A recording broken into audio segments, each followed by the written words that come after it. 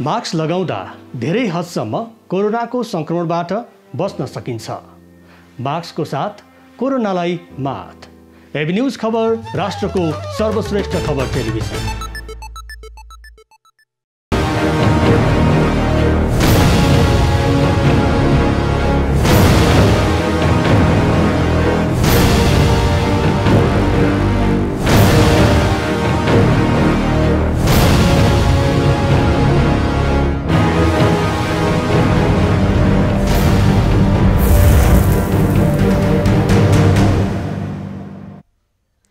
AB news पहलको यो विशेष श्रृङ्खलामा स्वागत छ आदरणीय दर्शकवृन्द। म सुशील पाण्डे।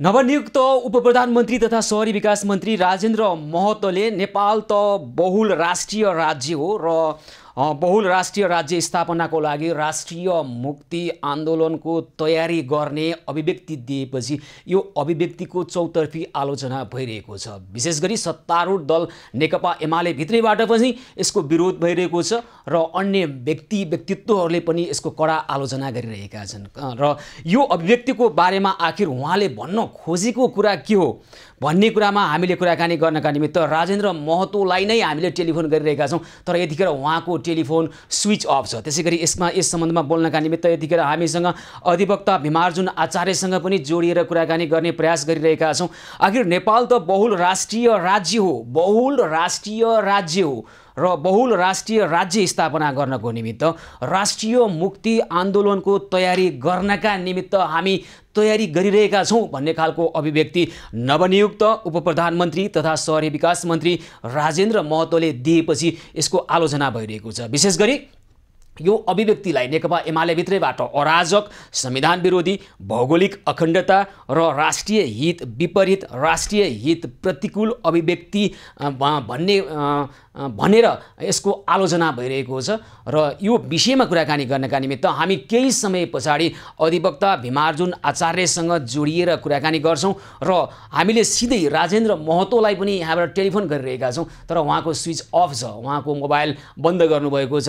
यो अभिव्यक्तिको बारेमा उहाँसँगै हामी सोध्न चाहिरहेका छौँ। आखिर तपाईँको यो अभिव्यक्तिको उद्देश्य के हो र तपाईँले भन्न खोज्नु भएको कुरो हो के हो र राष्ट्रिय मुक्ति आन्दोलनको तयारी भनेको के हो? राष्ट्रिय मुक्ति आन्दोलनको तयारी भनेको के हो? देशमा विविधता छ, देशमा जातीय विविधता छ, भाषिक विविधता छ, भौगोलिक विविधता छ, क्षेत्रीय विविधता छ र त्यो विविधतासँगै एकता छ। सबैको सम्मान, सबैको स्वाभिमानको रक्षा गर्दै नेपाली एकतालाई एकजुट बनाउनु छ।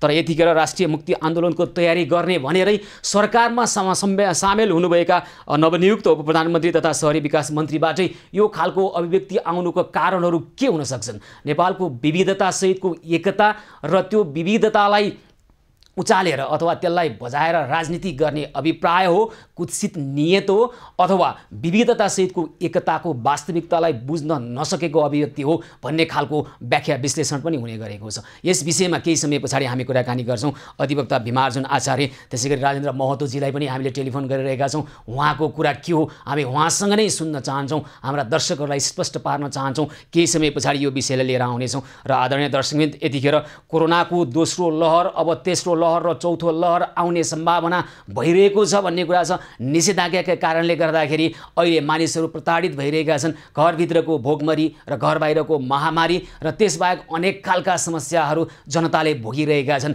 यतिखेर सरकार स्थायित्वको राजनीतिक स्थायित्वको नारा दिएको केपी ओली नेतृत्वको सरकार 18 पटक मन्त्री परिषद परिवर्तन गरिसकेको छ, पुनर्गठन भइरहेको छ। एकातिर स्थायित्वको कुरो छ, अर्कोतिर आफ्नो कुर्सी टिकाउनका निमित्त मन्त्रीहरू फेरिरहने भन्ने आरोप सम्माननीय प्रधानमन्त्री केपी ओलीजीलाई लागिरहेको छ। उहाँलाई यो आरोप लागिरहेको छ र दर्शकवृन्द, यतिखेर उहाँको प्राथमिकता र सरकारको प्राथमिकता जनताको समस्यामा परिरहेको छैन अथवा जनताका दुःख सरकारी प्राथमिकतामा परिरहेको छैन। प्रदेश सरकार हेर्नु अथवा सङ्घीय सरकार, अहिले सत्ता परिवर्तन, मन्त्री परिवर्तन र अनेक दाउपेज, राजनीतिका यी झिना मसिना दाउपेज, जनतालाई खासै सरोकार नहुने यो दाउपेज, यसमै अल्झिरहेको छ सरकारको सम्पूर्ण ऊर्जा, यसमै अल्झिरहेको छ सरकारको सम्पूर्ण क्षमता र दक्षता। जनता अब के हुने हो? अहिले नै भोकै परिरहेका छन् मानिसहरू, अहिले नै अप्ठ्यारो भोगिरहेका छन् मानिसहरू। यतिखेर हाम्रो यो देशमा जनतालाई हेर्ने एउटा सरकार छ भन्ने खालको मान्यतालाई स्थापित गर्न सकिन्थ्यो। उदाहरणबाट, दृष्टान्त मार्फत मार्फत यो कुरालाई स्थापित गर्न सकिन्थ्यो, तर यो अवसरबाट चुकेको छ। यो कम्युनिस्ट भनिने सरकार आखिर सरकार किन जनताको अथवा राष्ट्रको समस्यामा केन्द्रित हुन सकिरहेको छैन? उतातर्फ सरकारी कर्मचारीहरूको हालत हेर्ने हो भने जसरी हुन्छ लुट्ने, जसरी हुन्छ कमिसन खाने। यतिखेर आर्थिक वर्षको अन्त्यमा जसरी पुँजीगत खर्चहरू भइरहेका छन्, यो भित्र के भइरहेको छ, कति कमिसनका खेलहरू भइरहेका छन्, एकातर्फ छँदैछ। अर्कोतर्फ दिन दहाडै सरकारी गाडी र सवारी साधनको दुरुपयोग गरेर अझ मदिरा सेवन गरेर ट्राफिकलाई नै हानुलाई झैँ जस्तै गरेर सरकारी कर्मचारीहरू सडकमा कुदिरहेको हामीले फेला पारिरहेका छौँ। यसै सिलसिलामा कलङ्कीको ट्राफिक प्रहरी प्रभागका इन्सपेक्टर शङ्कर खड्काले एकजना यस्ता व्यक्ति फेला पार्नुभयो। होमनाथ अर्याल र खगेश्वर पाठक दुईजना सरकारी नम्बर प्लेट भएको सवारी साधनमा आइरहनु भएको थियो, तर यति धेरै मदिरा र मादक पदार्थ सेवन गर्नुभएको थियो। यो 20 गते 3 बजे स्विचाटारमा इन्सपेक्टर शङ्कर खड्काले होमनाथ अर्याल र खगेश्वर पाठक उहाँहरू मादक पदार्थ सेवन गरेर आफूलाई सम्हाल्न नसक्ने परिस्थितिमा फेला पर्नुभएको छ र पक्राउ गरेर उहाँहरूलाई कारबाहीको लागि अगाडि बढाइएको थियो। तर हाम्रो जानकारीमा आएअनुसार उहाँहरूलाई नयाँ अध्यादेश अनुसार कारबाही गर्नु पर्थ्यो, किनभने 20 गते मध्याह 3 बजे यो मध्याहको समयमा सरकारी नम्बर प्लेटका सवारी साधनहरू चलाउन पाइन्नथ्यो र बिहान र बेलुकी कार्यालय समयमा मात्रै चलाउनु पर्ने सवारी साधन जसरी दुरुपयोग भएको छ, त्यसमाथि मदिरा र मादक पदार्थ सेवन गरेर मापसे गरेर जसरी चलाइएको छ, यहाँ त 2-3 वटा कारबाही हुनु पर्थ्यो। त्यति धेरै कारबाही नभएको सामान्य कारबाही गरेर प्रहरीले छाडेको खबर आइरहेको छ। हामी खबरदारी गरिरहेका छौँ। एकातिर सरकारी गाडीको यसरी दुरुपयोग भइरहेको छ, अर्कोतर्फ जुन खालको हरकत देखाइरहेका छन् सरकारी कर्मचारी भएर एउटा सार्वजनिक पद धारण गरेको व्यक्तिले होमनाथ अर्याल पशु विकास अधिकृत हुनुहुँदो रहेछ। ललितपुर हरिहर भवन कृषि तथा पशुपन्छी विकास मन्त्रालय अन्तर्गत गण्डकी प्रदेश अन्तर्गत उहाँ काम गर्नुहुँदो रहेछ र एकजना सरकारी कर्मचारीको यो हरकत हामीलाई newsavihan.com ले यो हामीलाई उपलब्ध गराएको हो। छायाचन्द्र भण्डारीजीलाई हार्दिक आभार व्यक्त गर्न चाहन्छौँ। हामी खबरदारी गरिरहेका छौँ। हामीले हिजो पनि एउटा खबरलाई सम्प्रेषण गरेका थियौँ। सरकारी कर्मचारीले सरकारी गाडीको दुरुपयोग गरेर युवतीसँग डेटिङ गएको मात्र नभएर निषेधाज्ञाको बेलामा जसरी सरकारी गाडीको दुरुपयोग भएको छ, एउटा सामान्य एउटा दृष्टान्त र उदाहरण मात्र हो। आदरणीय दर्शकवृन्द, सरकारी गाडीको, सरकारी सवारी साधनको, सरकारी सम्पत्तिको, स्रोत साधनको यति धेरै निजी प्रयोगमा मनलाग्दी दुरुपयोग भइरहेको छ कि हामी भनिरहेका छौँ तपाईहरूले यस्तो देख्नुभयो भने खबरदारी गरिहाल्नुहोस्, हामीलाई खबर गर्नुहोस्, यसमा हामीले खबरदारी गर्नुपर्छ। सरकारी भनेको तपाईँ हामी कसैको नि होइन भन्ने खालको मान्यता, त्यो अवधारणा हो भइरहेको छ, त्यो भ्रम भइरहेको छ। सरकारी भनेको तपाईँ हामी सबैको हो। सरकार कसको भन्दा जनताको, र जनताले तिरेको करबाट यस्ता सवारी साधनहरू किनिएका हुन्छन् र यसरी दुरुपयोग भइरहेको छ। यसमा हामी खबरदारी निरन्तर गरिरहन्छौँ र जसरी उहाँलाई 1 वर्षको कैद र 5 लाखसम्मको जरिवाना अन्तर्गत कारबाही प्रक्रिया अगाडि बढाउनु पर्थ्यो, ठुलै व्यक्तिको, नेकपाका ठुलै व्यक्तिको, ठुलै नेताको आदेशका कारणले, सिफारिसका कारणले माथिको दबावमा प्रहरीले छाडेको भन्ने खबर आइरहेको छ। यस विषयमा हामी बुझिरहेका छौँ, हामी खबरदारी गरिरहेका छौँ र हामी यसै छाड्ने छैनौँ। यो मनलाग्दी नेपाली जनताले तिरेको करबाट उठेको राजस्वबाट खर्च भएको सवारी साधनमाथि यसरी यो जे खालको हरकत भइरहेको छ, जसरी दुरुपयोग भइरहेको छ, यसलाई हामी त्यसै छाड्ने छैनौँ। यसलाई हामी पछि पनि फलोअप गर्नेछौँ। र आदरणीय दर्शकवृन्द, यतिखेर हामीलाई थुप्रै दर्शकहरूले विभिन्न खालका समस्याहरू लिएर समस्या समाधानको पहलका निमित्त आग्रह गरिरहनु भएको छ। ती समस्यालाई हामीले अनौपचारिक ढङ्गबाट पनि समाधान गर्ने प्रयासमा निरन्तर लागिरहेका छौँ। आज पनि हाम्रा सहयोगी हातहरू दिनभर नै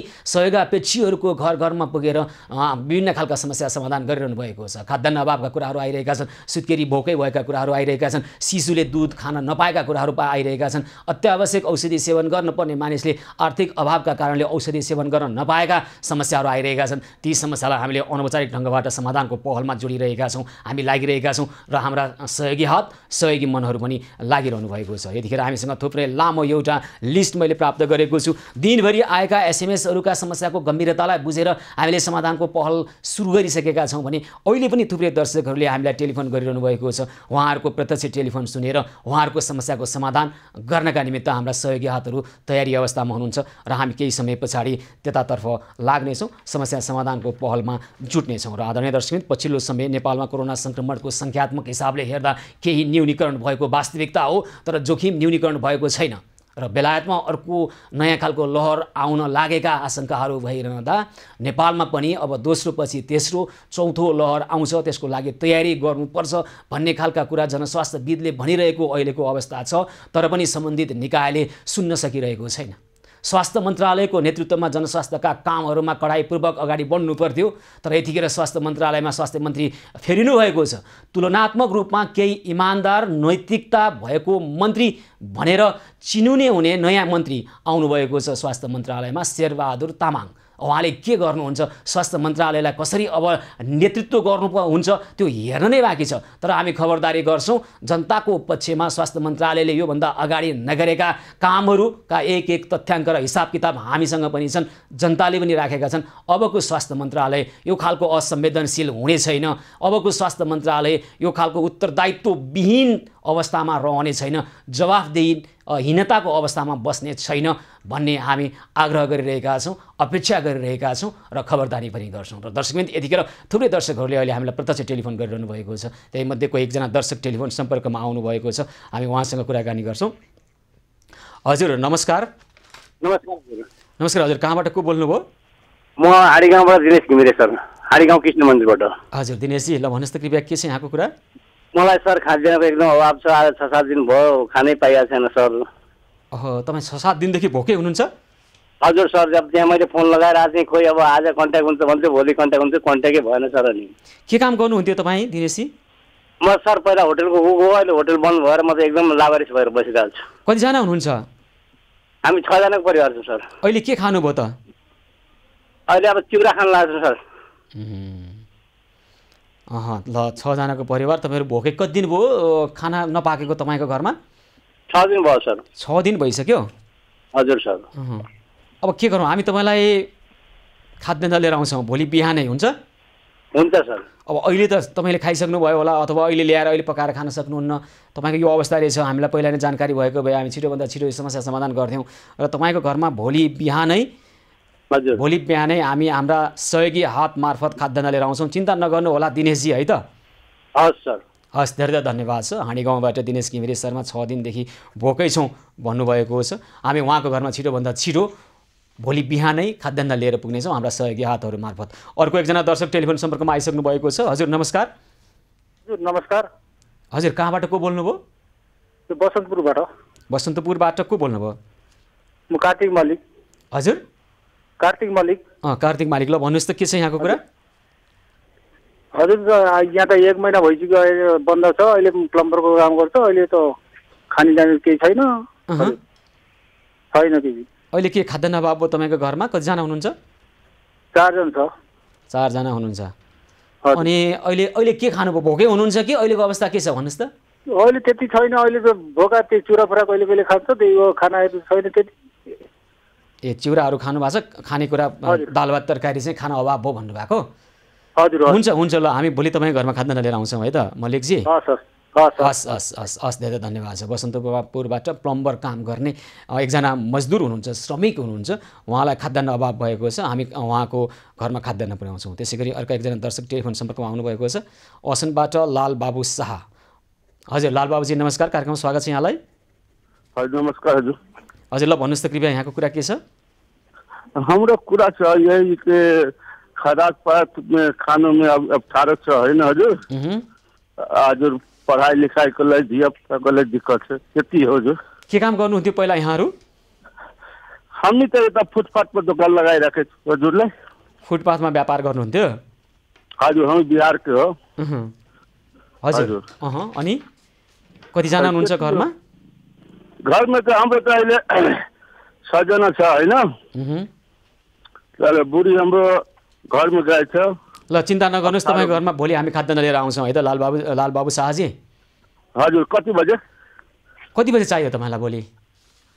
भोलि वही 8-9 बजेतिर। ल हुन्छ, तपाईँलाई टेलिफोन आउँछ, त्यसपछि टेलिफोन उठाउनुहोस् अनि तपाईँको त्यहाँ ठेगाना थाहा हुन्छ अनि हामी हाम्रा सहयोगी हात मार्फत खानेकुरा पठाउँछौँ, खाद्यान्न पठाउँछौँ, है त? हस्, धेरै धन्यवाद छ। असनबाट लालबाबु शाह यतिखेर घरमा खाद्यान्न अभाव भएको भनेर उहाँले आफ्नो समस्या राख्नुभएको छ। हामी भोलि बिहानै उहाँको घरमा खाद्यान्न पुर्याउँछौँ।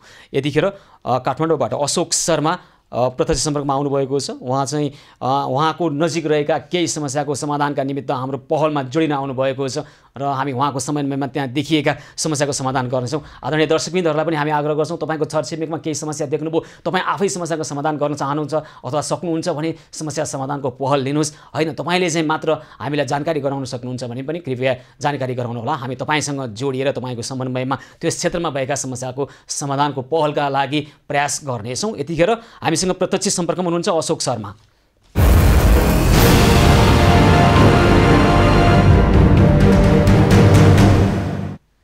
अशोकजी नमस्कार, कार्यक्रममा स्वागत छ। हजुर सर नमस्कार। हजुर, ल भन्नुहोस् त कृपया के छ यहाँको समस्या के छ? सर हाम्रो यहाँ तारकेश्वर नगरपालिका शेषमती भन्ने ठाउँमा एकदमै पीडित व्यक्तिहरू हुनुहुन्छ, प्यारालाइसिस। उहाँहरूको लागि रिक्वेस्ट गरेँ, कति व्यक्तिहरूले हुन्छ हामी आउँछौँ भन्नुहुन्छ, आउनु भएको छैन सर। अनि एकदमै नाजुक छ स्थिति। म आफै गएर उहाँहरूको कोठामा हेरेँ। हिजो भर्खरै मैले चाहिँ सबैलाई अब मैले आफ्नो पर्सनल व्यक्तिगत मैले कति सक्छु त्यति चाहिँ अलिकति एक किलो लगाएर चाहिँ उहाँहरूलाई हस्तान्तरण गरिरहेको छु। खानी एक डेढो पनि छैन उनीहरूको कोठा खानालाई। तपाईँले आफूलाई कलाकार भन्नुभएको छ होइन, केमा तपाईँ काम गर्नुहुन्छ त्यो पनि अलिकति परिचय दिनुहोस् त अशोकजी। हजुर सर, हजुर तपाईँले कलाकार भनेर परिचय गराउनु भएको रहेछ, आफूलाई त्यसको बारेमा कता जानकारी गराउनुहोस् त। अब चाहिँ अलिक क्लियर आइपुगेन सर। ल ठिक छ अशोकजी, मलाई तपाईँको त्यहाँ कतिजना जति पक्षघात भएका व्यक्तिहरू भन्नुभएको छ, तपाईँ बस्ने वरिपरि देखिएको समस्या हो यो?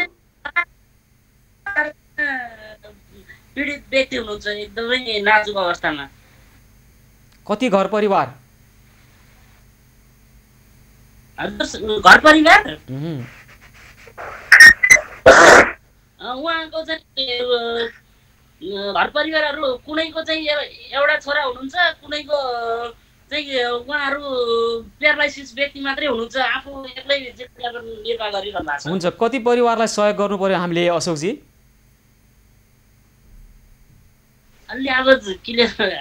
कति परिवार त्यहाँ अप्ठ्यारोमा परेको जानकारी पाउनु भएको छ यहाँले? कुन ठाउँ भन्नुभयो? ठाउँ भन्नुहोस् त मलाई। काठमाडौँको कुन ठाउँ हो? काठमाडौँको शेषमती नेपालटार। कति परिवार हुनुहुन्छ त्यहाँ पक्षघात भएको अथवा यस्तो अप्ठ्यारोमा परेको, शारीरिक रूपले अपाङ्गता भएको भन्नुभएको छ? कति परिवार जतिलाई सहयोग गर्नु पर्यो हामीले? 12 जना सर, 12 परिवार। 12 परिवारलाई सहयोग गर्नुपर्नेछ। हुन्छ अशोकजी, हस्। तपाईँ के तपाईँ भद्रकोल हजुर कलाकार पनि हो सर। म चाहिँ भद्रकोल श्रृङ्खला टेलिश्रृङ्खलाको कलाकार हुनुहुन्छ तपाईँ होइन, हाँस्य टेलिश्रृङ्खलाको। हस्, हुन्छ अशोकजी, तपाईँले जुन त्यहाँको समस्या देखिसकेपछि हामीलाई सहयोगका लागि समन्वय गर्नुभएको छ, हामीलाई खबर गर्नुभएको छ, धेरै धेरै धन्यवाद छ। अन्त पनि त्यस्ता समस्याहरू आयो भने हामी आम दर्शकलाई पनि आग्रह गर्छौँ, तपाईँको छिमेकमा तपाईँको टोलमा देखिएका समस्या, कसैको घरमा खाद्यान्न अभाव भएको छ, कोही निकै पीडामा बाँचिरहेको अवस्था हुनसक्छ, तपाईँ आफै सक्नुहुन्छ ती समस्यालाई समाधान गर्ने प्रयास गर्नुहोस्। हामीलाई खबर गर्नुभयो पनि हुन्छ, अथवा तपाईँले समस्याको समाधान गर्नु सक्नुहुन्न भने कृपया तपाईँले सहयोगका लागि हामीलाई खबर चाहिँ गर्न सक्नुहुन्छ, जसरी अशोकजी अहिले गरिरहनु भएको छ। उहाँ भद्रकोल हास्य टेलिश्रृङ्खलाको कलाकार पनि हुनुहुँदो रहेछ र उहाँले त्यहाँ देखेका समस्याहरूको समाधानका निमित्त हामीसँग पहलका निमित्त उहाँले समन्वय गर्नुभएको छ, खबर गर्नुभएको छ। हजुर अशोकजी, हुन्छ अशोकजी, उहाँको समन्वयमा हामी काठमाडौँ शेषमती नेपालटार क्षेत्रमा रहनुभएका करिब 12 घर परिवार, कोही पक्षघात भएको व्यक्ति, कोही साना बालबालिका र एकल महिला रहेको कुरा उहाँले गर्नुभएको छ। हामी उहाँको समन्वयमा, अशोकजीले जुन खबर गर्नुभएको छ उहाँको समन्वयमा हामी त्यो ठाउँमा खाद्यान्न लगायतका अन्य के समस्या छ त्यहाँ ती समस्यालाई समाधान गर्नका निमित्त बिहानबाटै यो काम सुरु गर्नेछौँ, यो पहल सुरु गर्नेछौँ। र दर्शकबिन्द, यतिखेर हामीसँग थुप्रै खालका समस्याहरू पनि आएका छन् र विशेष गरी आज नवनियुक्त उप प्रधानमन्त्री तथा शहरी विकास मन्त्री राजेन्द्र महतोले नेपाल त बहुराष्ट्रिय राज्य हो र बहुराष्ट्रिय राज्य स्थापनाको लागि राष्ट्रिय मुक्ति आन्दोलनको तयारी गर्ने भन्ने जुन खालको अभिव्यक्ति दिनुभएको थियो, यसको आलोचना भइरहेको छ, चौतर्फी विरोध भइरहेको छ। विशेष गरी सत्तारूढ दल नेपाल कम्युनिस्ट पार्टीकै नेताहरूले पनि यसको विरोध गरिरहेका छन्। यो अराजक खालको अभिव्यक्ति आयो, यो संविधान विरोधी अभिव्यक्ति हो, यो भौगोलिक अखण्डता र राष्ट्रिय हित प्रतिकूल र राष्ट्रिय हित विपरीतको अभिव्यक्ति हो भन्ने कुराहरू भन्ने कोणबाट आलोचना भएको छ। हामीले सिधै नवनियुक्त उपप्रधानमन्त्री तथा शहरी विकास मन्त्री राजेन्द्र महतोलाई पनि टेलिफोन लगाउने प्रयास गरिरहेका छौँ, तर उहाँको टेलिफोन अहिले स्विच अफ छ, बन्द छ। र यस विषयमा केही समयपछि हामी अधिवक्ता भीमार्जुन आचार्य लगायतका अन्य थुप्रै व्यक्तिहरूसँग कुराकानी गर्नेछौँ। एभिन्युज पहलमा यी र यस्तै खालका समस्या र समाधानका उपायसहित पुनः उपस्थित हुनेछौँ। एभिन्युज पहल निरन्तर जारी रहनेछ, हामीसँगै रहनुहोला।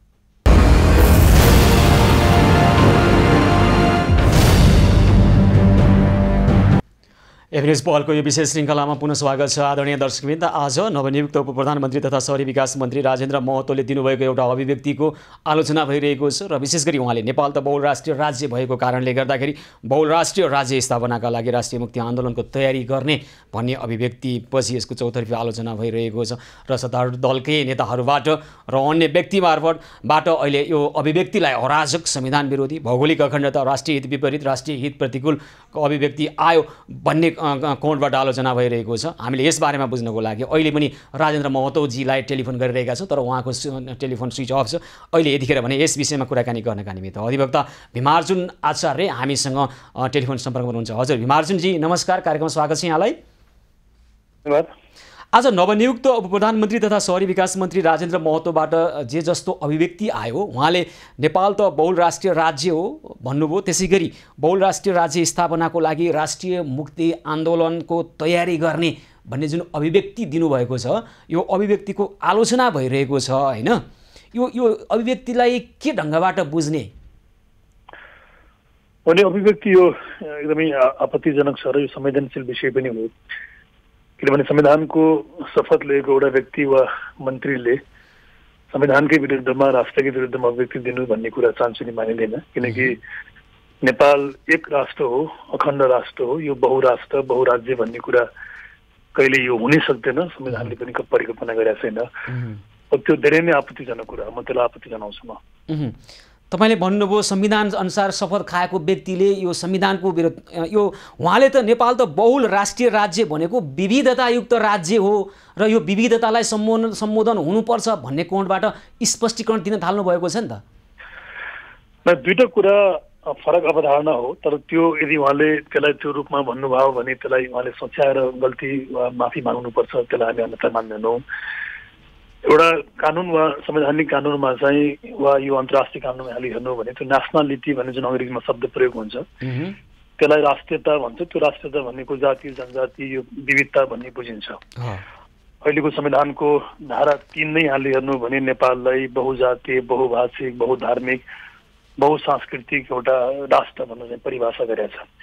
त्यो भनेको नेसनालिटी हो, त्यो विविधता नेपालमा छ, त्यो साँचो कुरा हो। जात जातिको, भाषा भाषीको, हाम्रो धर्म सम्प्रदायको बहुलता नेपालमा छ, त्यसलाई आपत्ति गर्ने कुरा भएन। त्यो हाम्रो एउटा ताकत हो, हाम्रो सौन्दर्यता हो।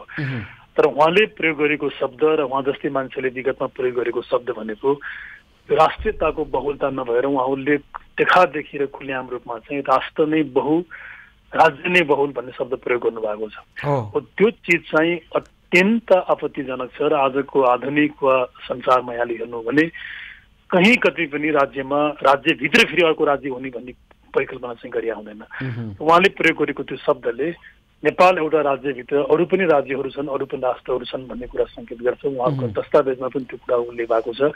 र कुनै बेला माओवादीले यस्तो शब्दहरू उसले प्रयोग गर्ने गर्थ्यो। यो सबै चिज धेरै आपत्तिजनक हुन् र राष्ट्रको स्वाधीनतामाथि, राष्ट्रको सार्वभौमिकतामाथि खेलवाड गरिएका, त्यसलाई चाहिँ धज्जी उडाएका कुराहरू हुन्, त्यसलाई स्वीकार्न सकिँदैन। उहाँले बहुल राष्ट्रिय राज्य भन्ने शब्द प्रयोग गर्नुभएको छ। यो शब्दावली भनौँ है, बहुल राष्ट्रिय राज्य। तपाईँले नै भन्नुभयो, हामीले हेर्ने हो भने नेसनालिटी भनिने अङ्ग्रेजीको नेपाली स्थूलता, जातीय विविधता अथवा राष्ट्रियता भन्ने मान्ने हो भने हामी हाम्रो विभिन्न राष्ट्रियता छन् अथवा जातीय विविधता छ भन्ने कोणबाट उहाँले बहुल राष्ट्रियता भएको मुलुक हो भने चाहिँ आपत्ति हुँदैन थियो भन्ने यहाँको कुरा हो।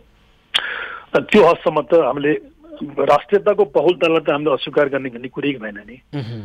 नेपालको जुन खालको विविधता छ भाषा भाषीको धर्म सम्प्रदायको जात जातिको त्यो त नेपालको ताकत हो नेपालको सौन्दर्यता हो यो कुरा आपत्ति भएन यो कुराले संविधानले पनि स्वीकार गरेको छ यथार्थ पनि छ आपत्तिको विषय के हो भने कि उहाँहरूले जुन बारम्बार अस्ति पनि शपथ गरेपछि प्रयोग गरेको शब्द भनेको चाहिँ बहुराष्ट्र बहुराज्य भन्ने छ त्यो बहुराष्ट्रियताको राज्य भन्नु बहुराष्ट्रियताको राष्ट्र भनेको त्यो बहुराष्ट्र भने बहुराज्य भनेको अर्थात् नेपालमा राज्यहरू राष्ट्रहरू धेरै छन् एकभन्दा बढी छन् भन्ने छ त्यो कहाँ छ मलाई भन्दिनुहोस् कि त्यसको अर्थ भोलि उहाँले कुनै नेपालको भूभागलाई टुकारेर एकभन्दा राष्ट्र उहाँले के बनाउनु खोज्नु भयो र होइन भने त्यो कुरा कहीँ कतैबाट पनि पुष्टि हुँदैन एउटा नेताले वा एउटा नागरिकले चाहिँ हाम्रोमा विविधता छ विविधताको संरक्षण हुनुपर्छ सबै जात जातिको उत्थान हुनुपर्छ भन्ने कुरा गर्न सक्छ त्यो मैले पनि भन्छु तपाईँले पनि भन्नुहुन्छ उहाँले पनि भन्न पाउनुहुन्छ तर यो अखण्ड राष्ट्रलाई चाहिँ यो देश वा यो राष्ट्र चाहिँ एकभन्दा बढी छ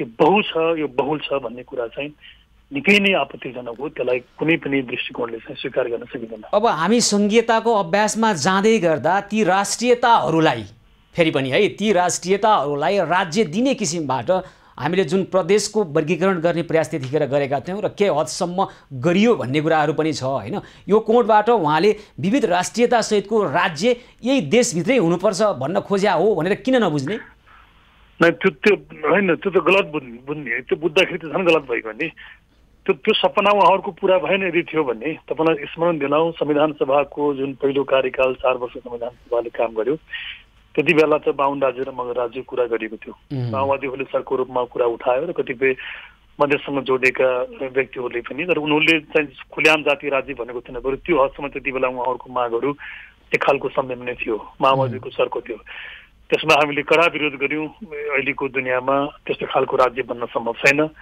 जातीय राज्य हुँदैन भन्ने कुरा गर्यो जातीय राज्यबाट टर्यो त्यसपछि उहाँहरूको वा यो मुलुकलाई विखण्डन चाहने कतिपय राजनीतिक शक्तिहरूको चाहना भनेको यसलाई 12-15 वटा एउटा भौगोलिक आधारमा भए पनि संघीय राज्य बनाएर यसलाई एउटा कमजोर बनाउने भन्ने प्लान थियो अब त्यो चिज पनि सम्भव भएन 7 वटा प्रदेशको राज्य बनाउनु भयो अहिले मैले तपाईँलाई अघि मैले पढेको अथवा सुनाएको संविधानको यो धारा 3 भनेको चाहिँ यो संघीय राज्यको संविधान हो संघीयतालाई स्वीकार गरेर संविधान जारी गर्दाखेरि पनि हामीले के स्वीकार गरेनौँ भने कि देशमा भएको विविध जात जाति विविध भाषा भाषी विविध धर्मावलम्बीलाई हामीले स्वीकार गर्यौं तर राष्ट्रको बहुलतालाई हामीले स्वीकार गरेनौँ त्यो ती 7 वटा प्रदेशहरू छन् ती 7 वटा प्रदेश भनेको नेपालभन्दा अलग राज्य होइन थियो नि हामीले प्रदेश हामीले शब्द हामीले नामाकरण गर्यौँ हामीले र हामीले के भन्यौँ भने कि यो नेपाल एउटा इन्टिग्रेटेड हो नेपाल एउटा अखण्ड छ यसको भौगोलिक अखण्डता छ यो स्वाधीन छ स्वतन्त्र छ भन्ने शब्द प्रयोग गर्यो त अहिले पनि संविधानको धारा 3 मैले जुन अघि निवेदन गरेँ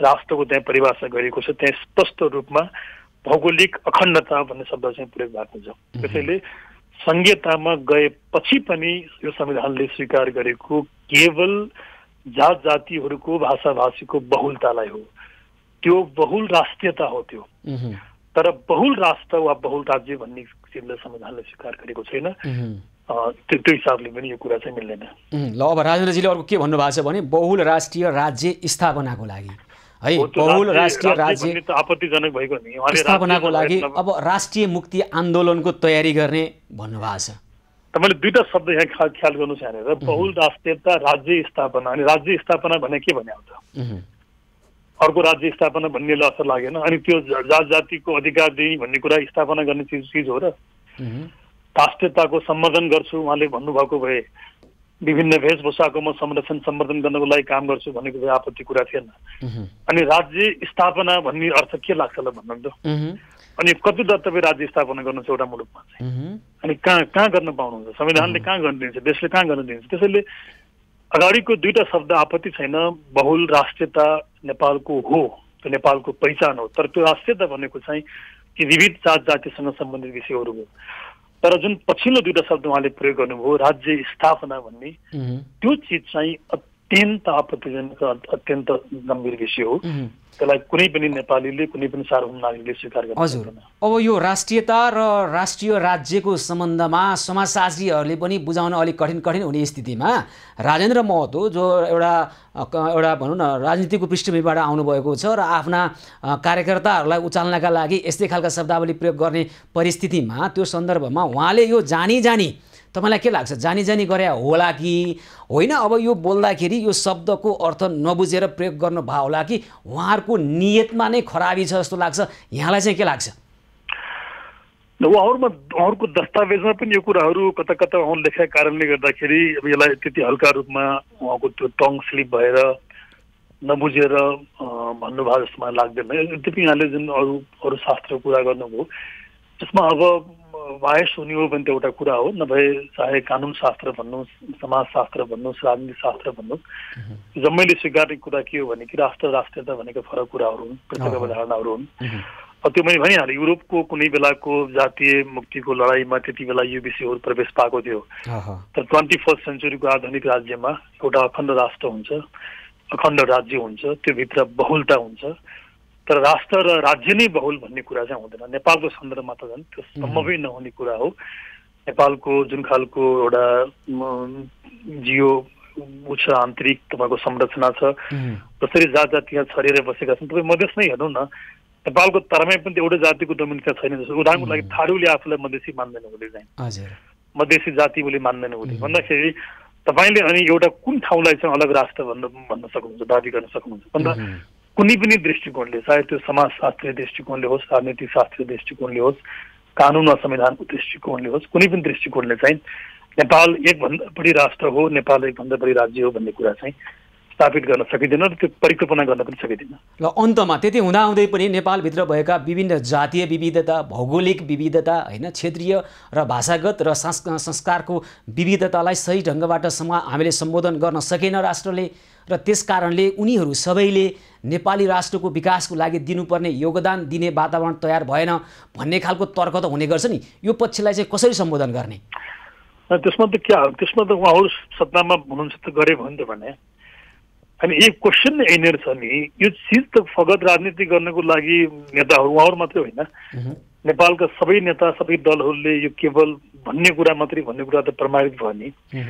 तपाईँले 72 सालमा संविधान जारी गर्नुभयो संविधान जारी गरेको पनि आज 5 वर्ष प्लस भइसकेका छ समावेशिताको कुराहरू अनि यहाँले भनेको प्रत्येक कुराको सम्बोधन हुने भन्ने कुरा यहाँ लेखिरहेका छ हजुर 13वटा संवैधानिक निकायहरू मध्ये 7वटा आयोगहरू त्यो जात जातिसँग सम्प्रदायसँग सम्बन्धित छ किन गर्नु न भन्नु न जस्तो मन्त्रीमण्डल पुनर्गठन गर्नुभयो ओलीले त्यहाँ कतिजना समावेशी कतिजना महिला कतिजना दलित कतिजना जनजाति तपाईँ राख्नुभयो त्यहाँनिर अब व्यवहारमा कुनै पनि काम यी नेताहरू यी दलहरूले नगर्ने अनि नगरिसकेपछि अनि कानुन र संविधानले अपेक्षा गरेका कुराहरू कसरी पूर्ति हुन्छ भन्नु त्यसले क्वेसन के हो भनेदेखि उहाँहरूले जुन नारा जुन कुराहरू गर्नुहुन्छ त्यो जनतालाई बेवकुफ बनाउनको लागि उहाँहरूले गर्नुहुन्छ यदि साँच्चै जनताप्रतिको उहाँको माया हो प्रेम हो उहाँहरूको सम्मान हो भने त त्यो काम गर्न संविधान कहाँ बाधक छ र भन्ने अहिले गरे पनि हुन्छ यही कुरा हामी राजेन्द्र महतोजीलाई अहिले नै राख्नको लागि टेलिफोन गरिरहेका छौँ तर उहाँको टेलिफोन अहिले स्विच अफ छ बन्द गर्नुभएको छ यही प्रश्न हामी उहाँलाई सोध्ने प्रयास गरिरहेका छौँ भीमार्जुन आचार्यजी यहाँलाई अहिलेलाई धेरै धेरै धन्यवाद हस् अधिवक्ता भीमार्जुन आचार्य यतिखेर हामीसँग प्रत्यक्ष जोडिएर कुराकानी गर्दै हुनुहुन्थ्यो विशेष गरी नवनियुक्त उप प्रधानमन्त्री तथा शहरी विकास मन्त्री राजेन्द्र महतोले दिनुभएको अभिव्यक्ति नेपाल त बहुराष्ट्रिय राज्य हो त्यसकारण बहुराष्ट्रिय राज्य स्थापनाको लागि राष्ट्रिय मुक्ति आन्दोलनको तयारी गर्ने भन्ने खालको उहाँको अभिव्यक्ति चौतर्फी आलोचित भइरहेको छ र समावेशिताको कुरा गर्नुहुन्छ अहिले नै हामी प्रश्न गर्न चाहिरहेका छौँ अहिले जसरी मन्त्री परिषद विस्तार भएको छ यो समावेशिताको अवधारणा यहाँ चाहिँ कार्यान्वयनमा आउनु पर्दैन यो समावेशिता भनेको तपाईहरुको राजनीति गर्ने दाउपेज मात्रै हो अथवा जसरी अहिले पहिचानका कुराहरू उठिरहेका छन् र जसरी अहिले विविधताका कुराहरू आइरहेका छन् ती विविधतालाई सम्बोधन गर्नका निमित्त त्यसको स्पष्ट अवधारणा के हो भनेर बुझ्ने अलिक लेठो चाहिँ गर्नु पर्दैन आफूले अथवा त्यो सम्बन्धमा आफूले गर्न सक्ने योगदान चाहिँ के हो आफ्नो दलले के गर्नु पर्थ्यो भन्ने विषयमा चाहिँ कदापि सोच्नु पर्दैन त्यो विषयलाई जहिले पनि सत्ता राजनीतिको भर्याङ मात्रै बनाइरहने हो नेपालमा विविधता छ नेपालमा जातीय विविधता भौगोलिक विविधता क्षेत्रीय विविधता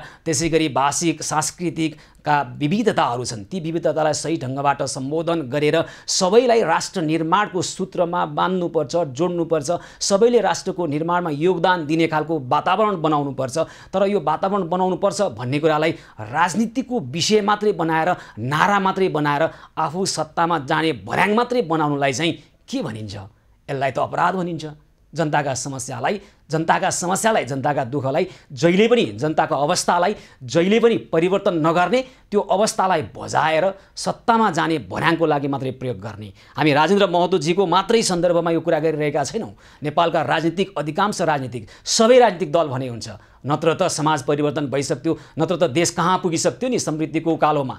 सबै राजनीतिक दल जनता राष्ट्रका साँच्चैका वास्तविक समस्यालाई अहिले जसरी हुन्छ सत्तामा जाने भर्याङका निमित्त मात्रै दुरुपयोग गरिरहेका छन्। यसो गर्न दिनुहुन्न। ती समस्यालाई समाधान गर्ने किसिमबाटै सोच्नुपर्छ, त्यही ढङ्गबाट अगाडि बढाउनुपर्छ। विविधताको सम्मान गर्दै, समावेशितालाई अवलम्बन गर्दै सबै यो मुलुकका प्रत्येक व्यक्ति, प्रत्येक भाषाभाषी, प्रत्येक वेशभूषाका लगाउने अथवा सबै क्षेत्रमा बस्ने व्यक्तिहरूलाई राष्ट्र निर्माणको त्यो सूत्रमा जोड्नुलाई नै देशभक्ति भनिन्छ, त्यो गर्नुलाई नै समावेशिता भनिन्छ। र विविधताको एकता भनेकै त्यही हो। मात्र नाराले मात्र हुँदैन, काम गर्नको लागि। राजेन्द्र महतोजी, तपाईँ उपप्रधानमन्त्री भएर जानुभएको छ, गरेर देखाउनुहोस् न समावेशिताका केही उदाहरणहरू देखाउनुहोस्। तपाईँ अहिलेकै मन्त्री परिषद कतिको असमावेशी छ भनेर नेकपाकै महिला पूर्व मन्त्रीहरूले भनिरहनु भएको छ। त्यो सम्बोधन गरेर एउटा दृष्टान्त प्रस्तुत गर्नुहोस्, अनि तपाईँका कुराहरूमा विश्वास गर्न सकिएला। नत्र जनताका राष्ट्रका यस्ता समस्याहरूलाई केवल आफू सत्तामा जाने भर्याङका निमित्त दुरुपयोग कृपया नगर्नुहोस्। हामी यही भन्न चाहन्छौँ र हामी उहाँसँग जोडिएर पछि पनि कुराकानी गर्नेछौँ।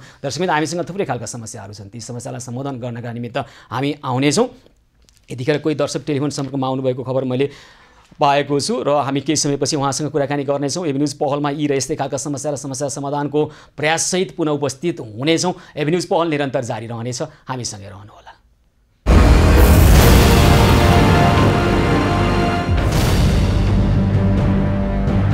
एबी न्युज पहलको यो विशेष श्रृङ्खलामा पुनः स्वागत छ। आदरणीय दर्शकवृन्द, यतिखेर हामीसँग हाम्रा सहयोगी हातहरूले गर्नुभएका दिनभरिको सहयोगका विवरणहरू छन्। त्यसै गरी हामीलाई अहिले टेलिभिजनकै कार्यालयमा आएर सहयोग गर्ने क्रम पनि जारी छ र हामी आग्रह गरिरहेका छौँ हाम्रा सहयोगी हातहरूलाई, सहयोगी मनहरूलाई, तपाईँले गर्ने सहयोग सकेसम्म आफ्नै टोल छिमेकमा सहयोग गर्नुहोस् र जहाँ समस्या देखिन्छ त्यहीँका टोल छिमेकीहरूले एकले अर्कालाई सहयोग गर्ने खालको हामीले त्यसरी सहयोग गर्न थाल्यौँ भने समस्या समाधान छिटोभन्दा छिटो र धेरै मात्रामा हुनसक्छ।